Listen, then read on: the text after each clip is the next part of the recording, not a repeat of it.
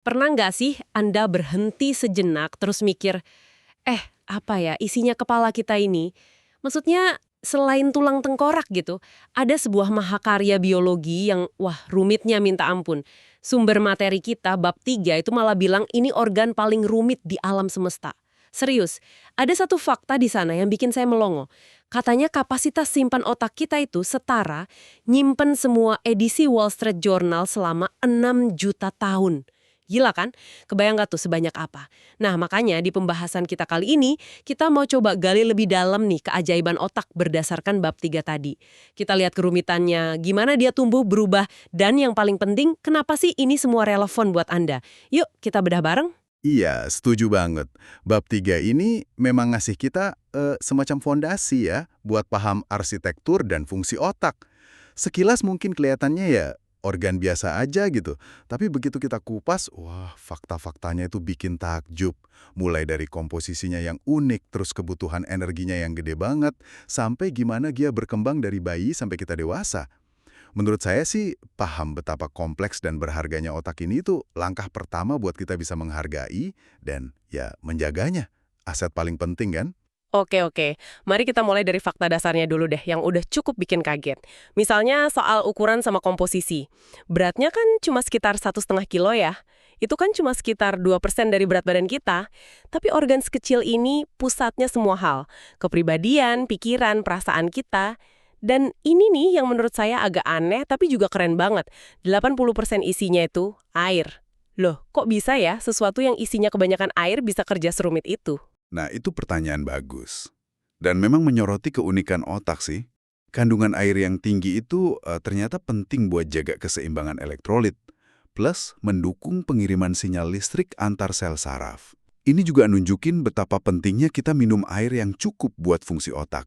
Tapi jangan lupakan juga energinya. Fakta kunci pertama nih, otak Anda meskipun kecil, itu kayak monster energi. Dia makan sekitar 20% dari total oksigen yang Anda hirup. Terus 20% juga dari kalori yang Anda makan tiap hari. 20%? Wow. Iya, kalau kita lihat di pemindahan tubuh gitu ya, otak itu nyala terang banget, kayak pemanas kecil yang kerja terus-terusan. Sementara organ lain kelihatan lebih redup.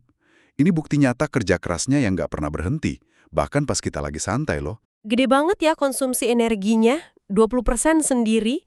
Nah ini bikin makin penasaran nih, gimana caranya bagian-bagian otak ini ngobrol satu sama lain? Kok bisa secepat dan seefisien itu? Tadi kan disebutin prinsip ketiga di sumber kita. Otak itu organ paling rumit. Nah kerumitannya ini gimana wujudnya di sistem komunikasinya? Intinya itu ada di sel-sel khusus, namanya neuron, atau sel saraf. Anggap aja neuron ini kayak kabel hidup di dalam otak kita. Jadi kalau satu neuron dapat rangsangan cukup dari neuron lain, dia bakal nembak, ngeluarin sinyal listrik gitu. Secara teknis namanya potensial aksi. Tapi bayangin aja kayak, kilatan petir kecil yang jalan di sepanjang kabel neuron itu. Kilatan petir kecil? Iya. Nah, kilatan ini terus bisa memicu neuron berikutnya. Jadi kayak domino efek gitu. Rangkaian inilah yang bikin semua fungsi otak bisa jalan. Dari yang paling simple kayak ngerasain sentuhan, sampai yang rumit banget, mikir abstrak atau ngerasain emosi. Oke, kilatan petir kecil. Seberapa cepat itu bergeraknya? Pasti ngebut banget ya kalau kita bisa mikir dan bereaksi secepat ini. Oh, cepet banget. Sinyal listrik ini jalannya sekitar 96 km per jam. Wah, itu kan kayak kecepatan mobil di tol ya? Betul. Bayangin aja informasi seliweran di otak Anda secepat itu. Nah, kecepatan ini bisa dicapai karena ada lapisan pembungkus khusus, namanya mielin. Mielin ini fungsinya mirip isolator di kabel listrik. Dia bungkus bagian panjang neuron, namanya akson. Nah, dia mastiin sinyal listriknya nggak bocor dan bisa lompat cepat. Oh, jadi kayak booster kecepatan gitu ya, si mielin ini? Bisa dibilang gitu. Jadi kecepatan Anda mikir, kemampuan Anda respon cepat, itu tergantung banget sama si lapisan isolasi super ini.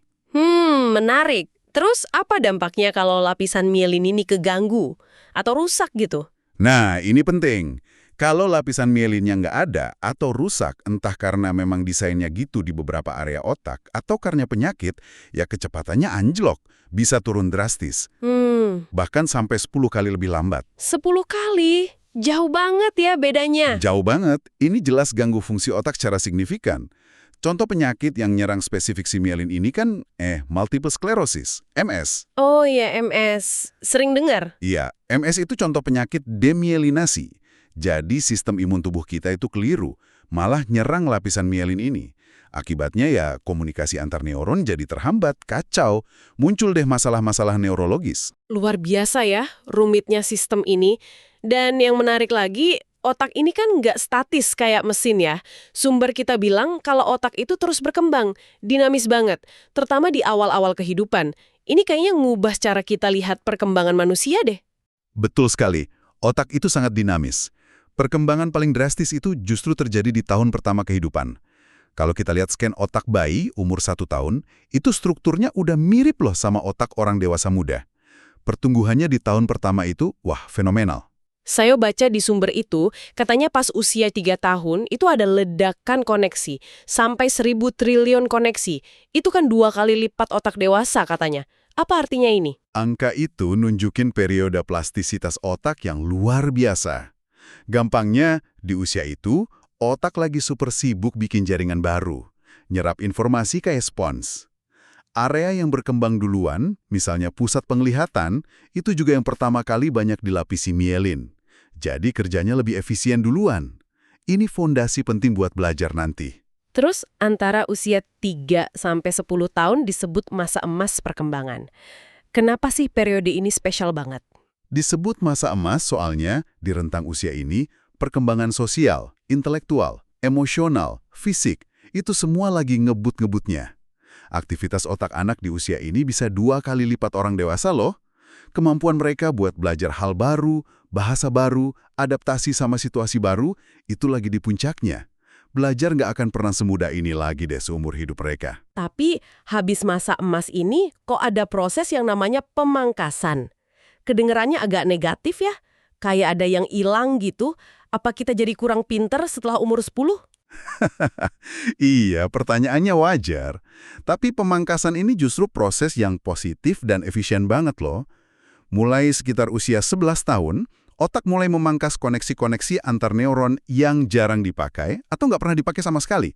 Prinsipnya simpel aja, gunakan atau buang. Use it or lose it. Oh gitu? Iya. Jadi koneksi yang sering Anda pakai buat mikir, belajar, atau ngelakuin sesuatu, itu bakal makin kuat, jadi lebih permanen. Sementara koneksi yang nganggur, ya dihilangkan. Ini bikin sirkuit otak yang tersisa jadi lebih efisien, lebih cepat, lebih spesifik kerjanya. Jadi bukan kurang pintar, tapi lebih terasah. Jadi kayak ngerapin jalan setapak di hutan gitu ya, biar jalan utamanya lebih gampang dilewatin. Dan proses pematangan ini lanjut terus ya, terutama di bagian depan otak, bahkan setelah kita dianggap dewasa secara hukum. Tepat sekali. Bagian otak yang paling akhir matangnya itu namanya korteks prefrontal, atau PFC. Letaknya di belakang dahi kita. Fungsinya kayak CEO otak. Dia yang ngatur perencanaan, ambil keputusan, nilai risiko, kontrol impuls, mikir kompleks, pokoknya kerjaan bos lah. Nah, proses pematangan PFC ini, termasuk pelapisan myelinnya, biar kinerjanya makin efisien, itu terus jalan sampai pertengahan usia 20-an. Sekitar umur 25 atau 26 gitu. Ini menarik banget. Berarti anggapan kalau umur 18 itu udah puncak dewasa, itu keliru ya dari sisi perkembangan otak. Sumber materi kita malah nyambungin ini ke tarif asuransi mobil. Itu contoh yang konkret banget. Iya, contoh itu pas banget. Industri asuransi itu sadar atau enggak udah lama nerapin prinsip ini. Tarif asuransi mobil biasanya turun lumayan drastis pas pengemudi umurnya 25 tahun. Kenapa coba? Kenapa tuh? Ya karena secara statistik, pengemudi di umur segitu dianggap lebih bijaksana. Kemampuan PFC mereka buat nilai resiko dan kontrol impuls udah lebih matang. Jadi kemungkinan kecelakaannya lebih kecil. Ini bukti nyata banget gimana biologi otak ngaruh ke perilaku kita, bahkan ke ekonomi. Keren ya, proses biologis yang nggak kelihatan gini dampaknya bisa sampai ke situ. Nah, biar semua fungsi kompleks dan perkembangan dinamis ini jalan lancar, otak pasti punya kebutuhan dasar dong yang harus dipenuhi. Pasti, kayak organ lain, otak butuh makanan dan kondisi yang pas. Secara spesifik, ada 3 hal utama yang dibutuhin otak biar kerjanya optimal. Bahan bakar, oksigen, sama stimulasi. Nah, yang paling unik itu soal bahan bakarnya. Nggak kayak sel tubuh lain yang bisa pakai lemak atau protein, sel otak itu hanya bisa pakai glukosa, gula sederhana. Hanya glukosa? Nggak bisa yang lain? Nggak bisa. Ketergantungan mutlak sama glukosa ini bikin pasokan gula ke otak jadi krusial banget. Gangguan dikit aja, bahaya. Oke, cuma glukosa. Kalau oksigen, sepenting apa perannya? Sama pentingnya. Oksigen itu dibutuhin buat proses bikin energi di dalam pabrik energi sel. Namanya mitokondria. Ada di tiap neuron. Tanpa oksigen cukup, neuron nggak bisa bikin energi buat kerja. Bahkan buat sekedar bertahan hidup aja nggak bisa. Glukosa dan oksigen, dua-duanya diantar sama darah ya. Ini berarti penting banget dong aliran darah yang lancar ke otak. Sangat vital. Karena darah itu satu-satunya kurir pengantar glukosa dan oksigen. Jadi kelancaran aliran darah ke otak itu kunci utama. Otak itu sensitif banget sama kekurangan pasokan darah.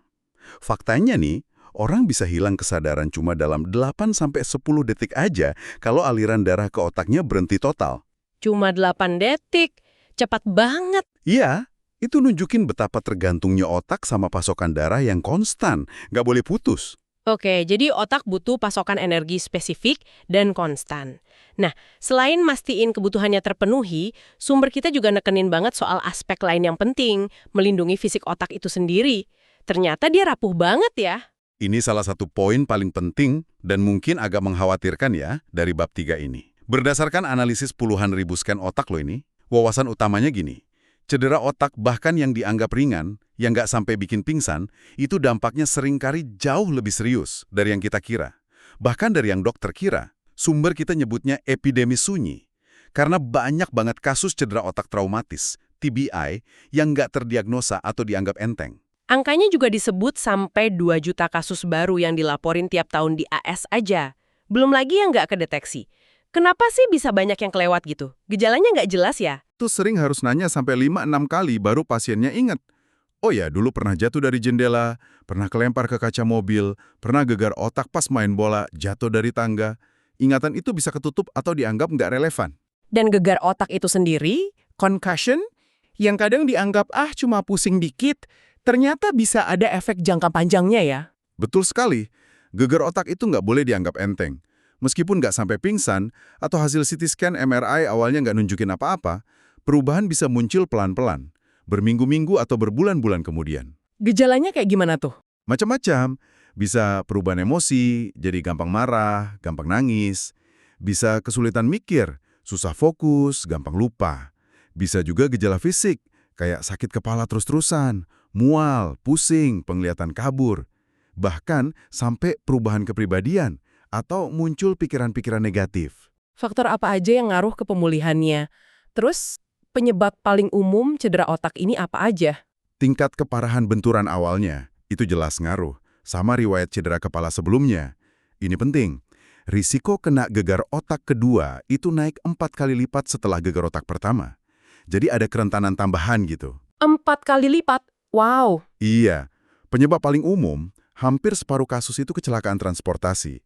Terus diikuti sama jatuh, ini sering banget pada anak-anak sama lansia. sumber kita juga spesifik banget nyorot resiko dari olahraga ya. Terutama soal nyundul bola di sepak bola. Ini agak kaget juga sih dengarnya. Iya, ini jadi perhatian serius sekarang. Praktik nyundul bola berulang kali, apalagi kalau latihannya intensif gitu, kelihatannya bawa risiko.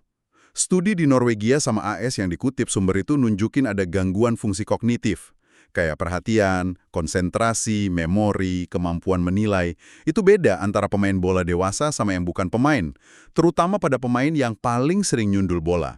Ini nunjukin kemungkinan ada dampak kumulatif dari benturan-benturan kecil tapi berulang. Jadi setelah kita paham nih betapa kompleksnya otak, kebutuhannya yang spesifik, terus kerentanannya yang ternyata lumayan bikin khawatir, apa langkah praktis yang bisa kita ambil? Gimana cara jaga aset paling berharga ini? Langkah pertama itu kesadaran. Sadar kalau otak itu bukan cuma daging di kepala, tapi pusat kendali yang rumit dan rapuh. Karena otak itu inti dari siapa diri Anda, cara Anda mikir, ngerasa, bertindak, ya melindunginya jadi prioritas utama dong. Sumber kita nekenin banget soal proteksi dari trauma fisik. Artinya apa? Ya berkendara yang aman, defensif, Terutama buat pengemudi muda yang PFC-nya belum matang bener. Pertimbangan juga resiko di aktivitas olahraga. Hindari benturan kepala berulang kalau memang bisa. Kisah menantu penulis sumber yang kecelakaan ATV itu bener-bener ngasih gambaran ya. Padahal udah pakai helm. Betul. Anekdot itu kuat banget pesannya. Meskipun dia pakai helm pas kecelakaan ATV, hasil scan otaknya nunjukin ada lekukan atau kerusakan di area PFC-nya gara-gara benturan. Ini negasin lagi kalau helm itu penting banget.